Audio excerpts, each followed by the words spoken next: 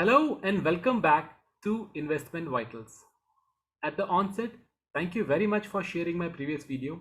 It is really heartwarming to see the number of people it reached and that I was able to help some people to the extent that I could. In today's video, I'll be talking about the comments, queries, and suggestions that I've received on the previous video. I'll be trying to address them to the best of my abilities. But before I proceed, I'm neither a legal advisor nor a financial advisor. Nothing contained in this video or on my channel is legal or financial advice. If you really require professional help, I would suggest going to a professional advisor. With that out of the way, let us move through the queries that we received in the previous video and try to address them to the best of the extent possible as disclosed by FTX in the relevant documents. The first question that I received, I'll be breaking down the questions in terms of the subset of the questions so that I can address in the best way possible.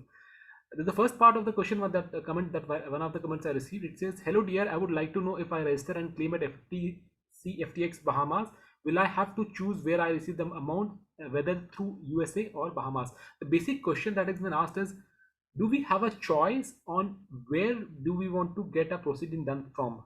Do we want to proceed through US or through Bahamas? The answer to that is yes. I've taken a snapshot from the email that was sent earlier. It says you may opt into either process and will receive substantially the same level of distribution at the same time. However, there are certain differences that they have spoken about in the document. Essentially speaking, we will have to choose between the two processes. So we can proceed with both the options, both the proceeding in US and Bahamas as well. But before the deadline, we'll have to choose between the two proceedings. We cannot to be claiming. Also, this is covered in the FAQ that was released by the court by PWC. It states here very clearly that nothing prevents you from making a multiple claim in multiple processes.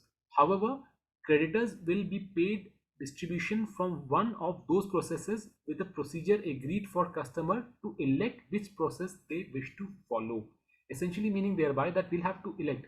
This is also specified in the subsequent paragraph. It says those customers of ftx.com who have or will make a claim in both US and Bahamas process will have the ability to formally elect to opt in to one or the other prior to the scheduled claim bar date of 15th May 2024. Based on that, it appears that we will have the option of electing in the US or the Bahamas process before 15th of May 2024. While I have not filed for the proof of claim yet, I'll be making a video on how to go about it step by step next week. In next week's video, I'll be covering the step-by-step video and let us see if there's an option of opting in that or not. Also, it appears that the US process will come up with this checklist checkbox at a later stage, because it is in the second paragraph. It says for any customer who have already submitted a claim in the US process but want to make a claim in Bahamas process, you must positively opt into the Bahamas process by either by submitting a proof of debt in FTX digital liquidation or making the election to opt into Bahamas process by selecting the appropriate box in the voting process for chapter 11 that will commence in US in due course in order to participate in Bahamas process. What this implies is if we file for proof of debt in Bahamas, eventually we'll have to check out of the US process at a later date, as it is specified in the last paragraph of this current page.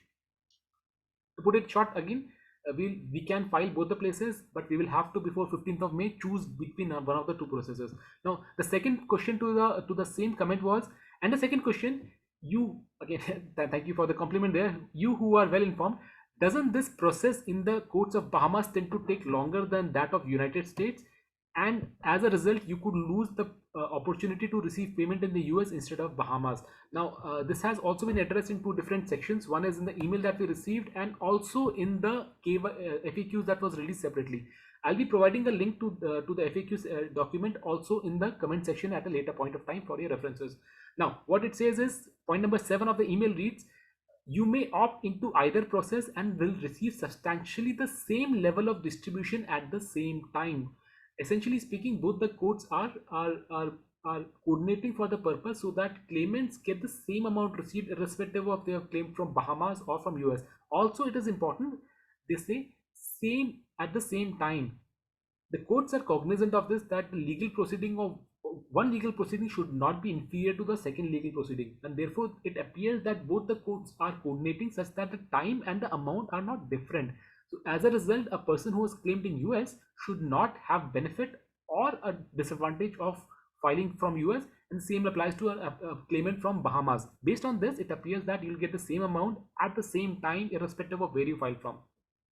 This has also been clarified in the FAQ in point number 8. It says, for the purpose of making distribution to FTX.com customers, FTA Digital Markets and FTA debtors will pool assets and coordinate the establishment of reserves and timing and amount of distribution in order to ensure that FTX.customers in both proceedings receive substantially identical distribution at substantially identical time. Again, it implies that the amount received and the time when we receive are likely to similar, if not exactly the same. I hope that answers. Another query that I received from one of the other viewers or community member, I would say, is can you please confirm that if I have already submitted my claim through Kroll last year, I do not need to submit again through Bahamas? Now, before I answer this, I'm not a legal advisor, so what I'm telling you is based on the document here. Please do not take it as a legal advice. It specifies in the email that we received that you may opt into either process and will receive substantially the same level of distribution at the same time. This is again point number 7 of the email that we received. Also the same thing I received discussed some time back, also to capture the same essence of it, meaning thereby that you can choose between the two processes, and hence if you are satisfied with your filing in the US proof of claim, then you need not necessarily have to file in Bahamas. It is your choice. You would not be at a disadvantage if you do not file in Bahamas. I hope that answers. Moving on to the second part of the query. Also, does submitting either of these claim mean that we give up any right to a higher settlement on appeal? Thank you very much for your videos. So thank you so much for watching it, in fact, and sharing it with your friends and family. Now, based on the submissions that we have received from both the courts, it appears that both courts are coordinating. Hence, appeal or no appeal, eventual outcome is likely to be the same, both in amount and the time terms. Therefore, to answer it, no, by submitting on one or the other claim does not mean that you are going to give up your right to a higher settlement on appeal. If there's an appeal and there's a different judgment in the appeal case, depending on the coordination between the two courts of the two countries, it is unlikely that you will be at a disadvantage. You would be receiving, as per these documents, the same amount that would have been that would have been decided on the appeal court. Again, this is also specified, as I said, on point number 7 and point number 7 of the email and point number 8 of the FAQs. There's also one more page on the FAQ portal which I have not put here, in which they have specified this more abundantly as the process that will be followed by the two courts. Now, somebody else had also mentioned, one of the community members had written back saying that you need to file it again. Assets are so commingled between FTX and Alameda and other that the court has decided to put them all together.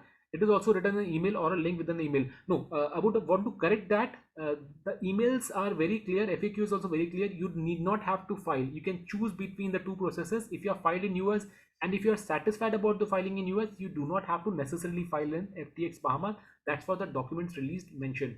So a correction is, I would like to correct that, saying that it is not required as per the document that I have submitted. One more thing before I move to this. Yeah, sorry. Okay, if I covered in the Australian claim section, I received one of our viewers from Australia did mention that from Australia I did claim the previous one. Do I need to claim this on FTX Digital Marketing Limited as well? Brilliant question. Now again, this has been covered in the email that we received. Thank you so much for the brilliant question, actually, and apologies for trying to mimic what an Australian would have sounded. I did a terrible job with that. Nonetheless, it says in the email that we received, it says, if you are a customer in Australia, Europe, Turkey or Japan, you may be dealt with one of the other separate processes outlined above. Now, the question that you asked is for Australia, if you have already, I believe this what the question is, if you have already claimed, do you need to do it again? Well, generally speaking, in legal parlance, I believe it is said that there has to be loci standi. If there's a crime that has happened in a country in which the citizens of that country is involved, generally speaking, a third party country would not have any say in that. For example, if two people in Australia fight and go to the court, a court in Turkey would not have any jurisdiction on that incident as long as it has happened in Australia itself. This same should generally also apply to the FTX case, because FTX Australia would have jurisdiction in the Australian continent. However, considering the fact that so much of commingling of fund happened between different subsidiaries of FTX, it has become more of an international issue. That is the very reason why Bahamas and the US court are coordinating with each other. As of now, there's no information of Australian, European, Turkish, or Japanese court collaborating with either Bahamas or US. However, if you have any doubt, as specified in the email, if in doubt, we welcome you to make a claim in the Bahamas process and the JOL will consider your claim. If you are satisfied with your filing in Australia based on the documents, you need not have to file in Bahamas again. However, if you have any doubts or if you missed your filing in Australian claim, you are welcome to file in the process and have some hope of getting your money back still alive. I hope that answers that query. Just before I proceed, one more important factor is that the documents release very clearly specify that FTX US customers would not are not directly covered under the FTX Bahamas proceeding. So if you are a FTX US customer, you first of all you do not have to file in FTX Bahamas. Even if you file, it appears currently that FTX US customers would not probably be entertained in the FTX Bahamas proceeding. However, there is no harm as specified here. If in doubt, you are welcome to make a claim in the Bahamas process and you might be considered. Again, the second part to the same question from Australia. The full question was from Australia. I did claim the previous one. Do I need to claim this one FTX digital market as well? No, you don't have to necessarily. You have a choice. If you have filed, you don't have to file. But if you are unsure about the filing in Australia, well, you can try your luck in the Bahamas proceeding. Secondly, if I claim this one again, is it going to harm or breaking the rules? Thanks. No, apparently from this email in which they have said if you are in doubt, you are welcome to make a claim. It appears that Bahamas court trying your luck in the Bahamas court would not be breaking a rule. This is what it appears. I'm not aware of the Australian law, so I cannot be talking about it. Even otherwise, I'm not a legal advisor. Nonetheless, as I said again, if in doubt, the Bahamian court is welcoming you to make a claim and have a chance of getting your money back. Now, somebody had asked a question about the valuation. The query here was, please make past claim process video. I can get answer. FTX will give current market price. I bought some 3x 3 times leverage token from FTX in January 2022. Any possible to get current market price? No. I had made a video earlier in which this was made in a couple of months back. I'll be providing a link to that video in this in the comment section here. In this video, I had covered the valuation that has been attached to this to our claims. Essentially, our claims are being valued at the level as on the date of filing of bankruptcy, which was November of 2022. That is the valuation given.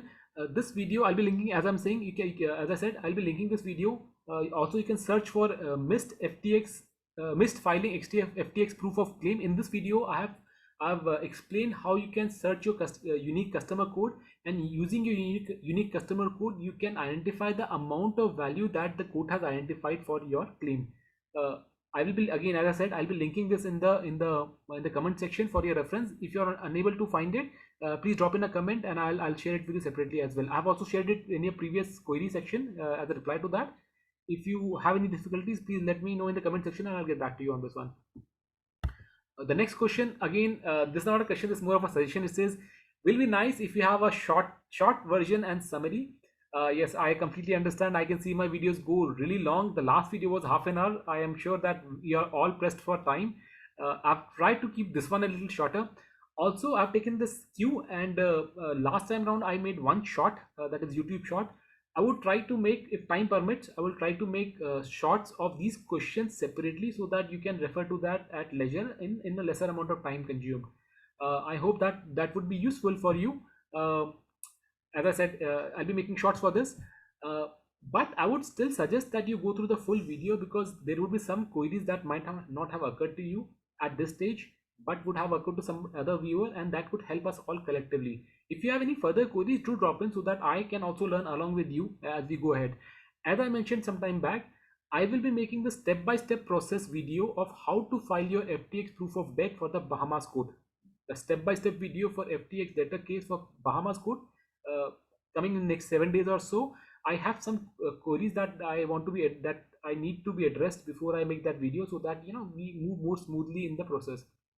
If you're not subscribed to the channel, subscribe to this channel so that you are updated when I make the step-by-step video, and also to stay posted in the developments of this case. In this case, I also request you to hit the like button. Goes a lot of effort goes into making these videos. Hit the like button. It's really it's very heartwarming, and it's a great source of appreciation and an encouragement for me. Share this video with your friends and family so that we can reach out to as many people as possible. So hopefully, so that this time around people do not miss out on filing their proof of debt. In the US proceeding, I had seen many people having missed their proof of debt, and there were so many queries that I received later on. This is a second opportunity for people who could not file in past, or who had an error in filing in past, or who are not certain about the filing status. Let's try to reach this video out to as many people as possible. And as I promised, the next video next week will be on the step-by-step process on how to file a proof of debt in the ongoing FTX proof of claim in the Bahamian code. With that, I'll see you in the next video shortly, and I'll try to post shots of this video for easy reference to you. Take care. See you in the next video. Take care. Bye bye.